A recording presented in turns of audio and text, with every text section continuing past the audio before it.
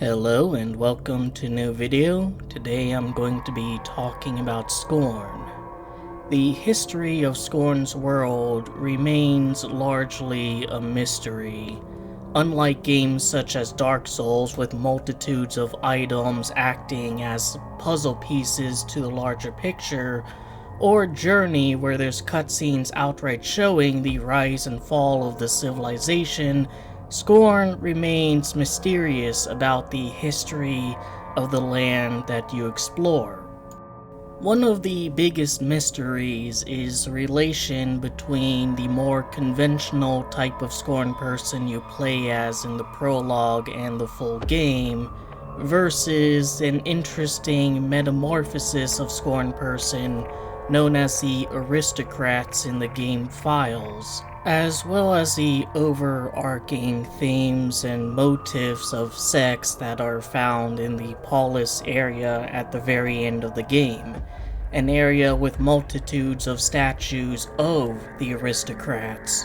The culmination of all these things have led many theorists to conclude something very similar. That at one point sex and conventional reproduction was a thing in Scorn world, then something happened that prevented it, so they devised a way of reproducing by means of Scorn people falling out of walls.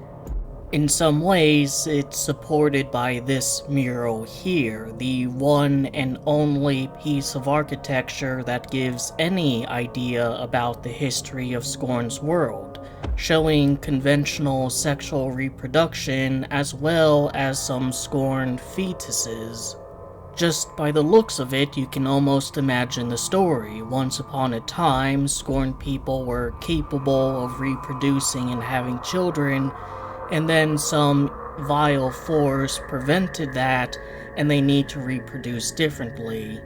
The art book itself lists the vile force preventing that as being parasites, and that's rather problematic. The parasite in Scorn is certainly a present force. It's arguably the game's primary antagonist, and like depicted in the mural, it's definitely a very handsy creature that likes to dig into your guts. The issue at hand, though, is that the mural depicts multiple parasites in such a way that implies that they were a major force in the history of Scorn's world. In the game itself, however, the parasite is a result of an industrial accident that takes place in the prologue. Some piece of biomechanical equipment had to fail that leads to untold pressure within this meat pillar here, which engulfs a prologue character in some strange white fluid, which in turn turns him into the parasite. It doesn't help that the parasites in the mural look very different to the parasite that's latched onto our back for the entire game. Another issue is the wall itself and the lack of any safety equipment for Scorn people who grow out of it and fall to the ground. In Scorn's world, the machinery and architecture that was built when civilization was still functioning is still there, and most of it is still functional. However, there's absolutely nothing near the wall that's there to catch falling Scorn people. This isn't a eugenics thing where they only want the hardiest of Scorn individuals, because all of the Scorn people that fall out of that wall are exactly the same anatomically. And if it was a case that Scorn society has lost the ability to reproduce conventionally and needed a quick and dirty solution to create more Scorn people, it makes no sense that they would set up a system where so many individuals would just outright die. It's not that hard.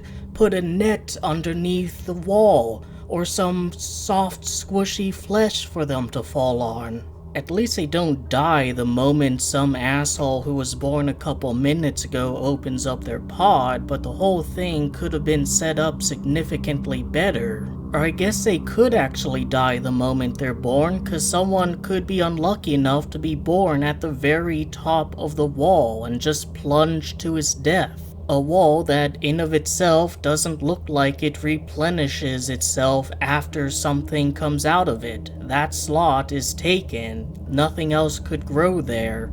And we unfortunately don't know if that's the only flesh wall on the entire planet, or if there's significantly more of them that's capable of producing Scorned people. And on top of that, it comes the question, these were aristocrats initially, then they lost the ability to reproduce.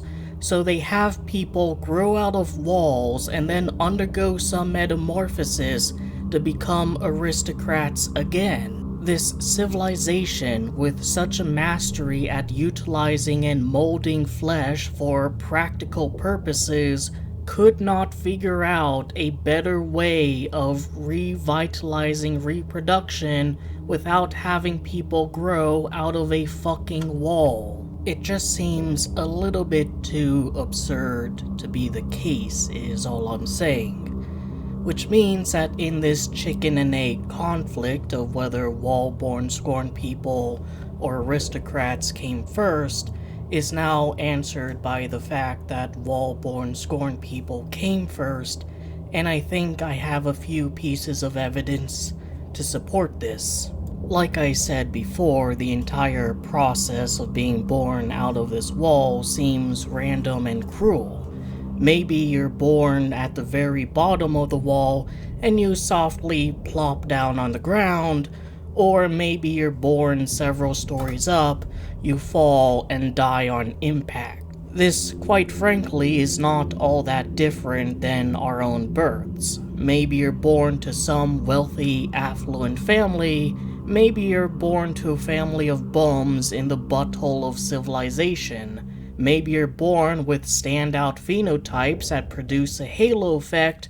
Maybe you're born with phenotypes that's going to ensure you're posting on incel forums when you're of reproductive age. Maybe you're born with a clean bill of genetic health, or maybe you're going to be born with progeria, cystic fibrosis, or Down syndrome. Nature is chaotic, often random, and extremely blindly cruel. And that is the very nature of the birthing process of Scorn. It rings much closer to unthinking, cruel Darwinian natural selection than anything that could be considered intelligently designed.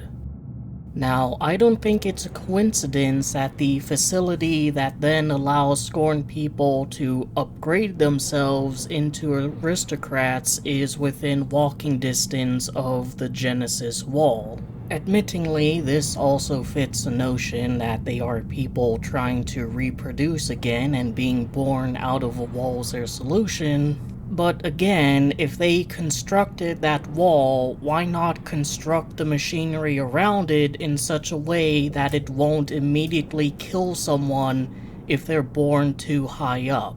We know Scorned civilization is capable of building massive artificial structures. Build a fucking net or something. But if the wall came first and aristocrats and their ability to reproduce came later, then it might just be a matter of sucks to suck, but we're gonna put our facility just so far away from it that falling out of the wall doesn't disturb what's going on in there. Again, very little is known about Scorn's world and its history. We don't know, assuming I'm correct, if the first Scorned people fell out of the wall and decided to try and become aristocrats, or if that was a long and arduous process of discovery and invention. The art book posits that the homunculi were originally going to be a much larger thing in Scorn's world, and their history is that they wanted to take over Polis. None of them could decide who should be the leader of that, and they fought each other into extinction. The art book also says the Citadel in Polis, which I'm not sure if we've seen that or not in the game, is an isolated area where only the ascended forms could dwell in free from the riffraff of the rest of life on Scorn's world. Now, you can criticize that these things aren't in the game itself, and yeah, you absolutely can. Giger knows I have many times. But what I want to point out is that the devs did envision that there was some longer standing history and some kind of prestige for being a citizen of Polis and an ascended form. The argument could potentially be made that not all Scorn people are meant to ascend. Some Scorn people are supposed to become the high and mighty aristocrats, and other Scorn people are supposed to be, well, Scorn people, and that's backed up by the text blurb associated with the Citadel and Polis. There's just one problem with this. The key and coral that holds health and ammunition is located right next to the aristocrat birthing pods. In fact, once you take them out, as if it's a signal that everything's ready, Billy here emerges and then just kind of dies because of skill issue. These are things that, as far as I can tell, the aristocrats are supposed to have, which means they also must have the piston machine, since that also allows them to open and close gates throughout the factory area. We also see some of the aristocrat pods deep within the facility itself, and while I've criticized the fact that there doesn't seem to be any additional mechanisms near those pods that would allow aristocrats to be born from them, that doesn't change the fact that they are still there deep in the factory.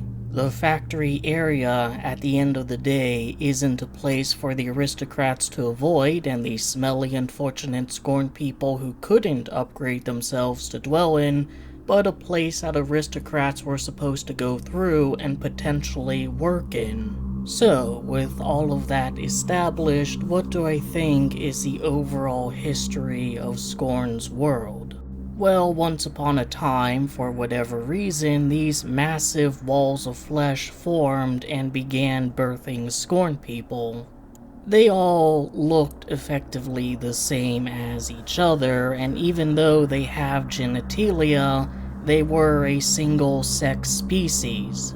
Over time, they've advanced and adapted and were able to create technological and biological marvels. Given that the birthing pods seem to have very similar red liquid to homunculi blood, I would guess around this time they bioengineered the homunculi. This whole endeavor eventually allowed them to remold themselves into a superior form. One with sexual dimorphism, and one that's capable of sexual reproduction. They no longer had to be born out of walls, they were capable of having children, and Polis stood as a temple to those people. However, what if that wasn't enough? What if there was this idea that they've already upgraded themselves? Could they upgrade themselves even more and form an even more perfect creature? One of the elements almost entirely missing from the game is the ascended forms, the even more perfect Scorn person. We see just a little bit in relation to the shells and sentries, but the actual elevated life form, far beyond the bounds of flesh, in a higher plane of existence, we don't see. One thing that's been pointed out is that the Parasite shares some similar elements to the ascended forms as presented in the art book and the murals. The head structure of the Parasite, the part that wraps around Scorn Guy's head, is very similar to the ascended floaty head form seen on the wall and the art book.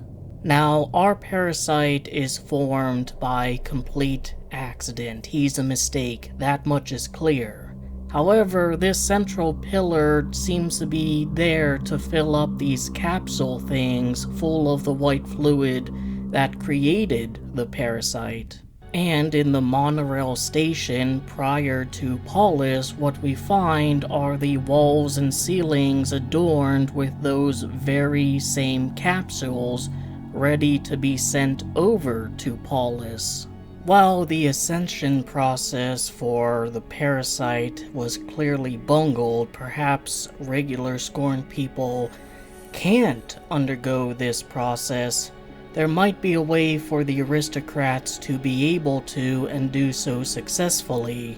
It wouldn't surprise me if whatever is beyond that portal there is the means to truly become an ascended form. Though it might be a fool's errand for Scorn Guy given he's not even an aristocrat, there does seem to be some leeway for this stuff biologically, and of course it is a last-ditch effort for him. However, in the quest to obtain this, some things, unfortunately, must be lost. They left the old world behind in favor of dwelling in their perfect paradise of their own making, which allowed everything to fall apart into ruin and decay. But yeah, that's kind of the general history I can glean from the materials available. However, there still is quite a lot of questions that are yet to be answered and maybe cannot be answered. Why are they born out of walls with genitalia? If there is a proper procedure for becoming an ascended form that doesn't turn you into a disgusting parasite, what is it and what does the end result look like in universe? Are there wall-born female Scorn people, or are they all males? There's going to be something Scorn-related at this year's upcoming Gamescom Future Games Showcase event.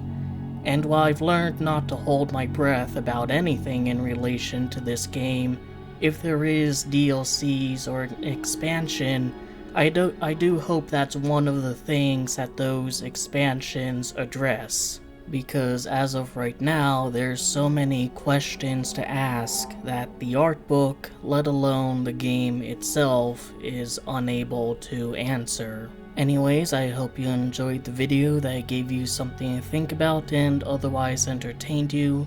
Take care.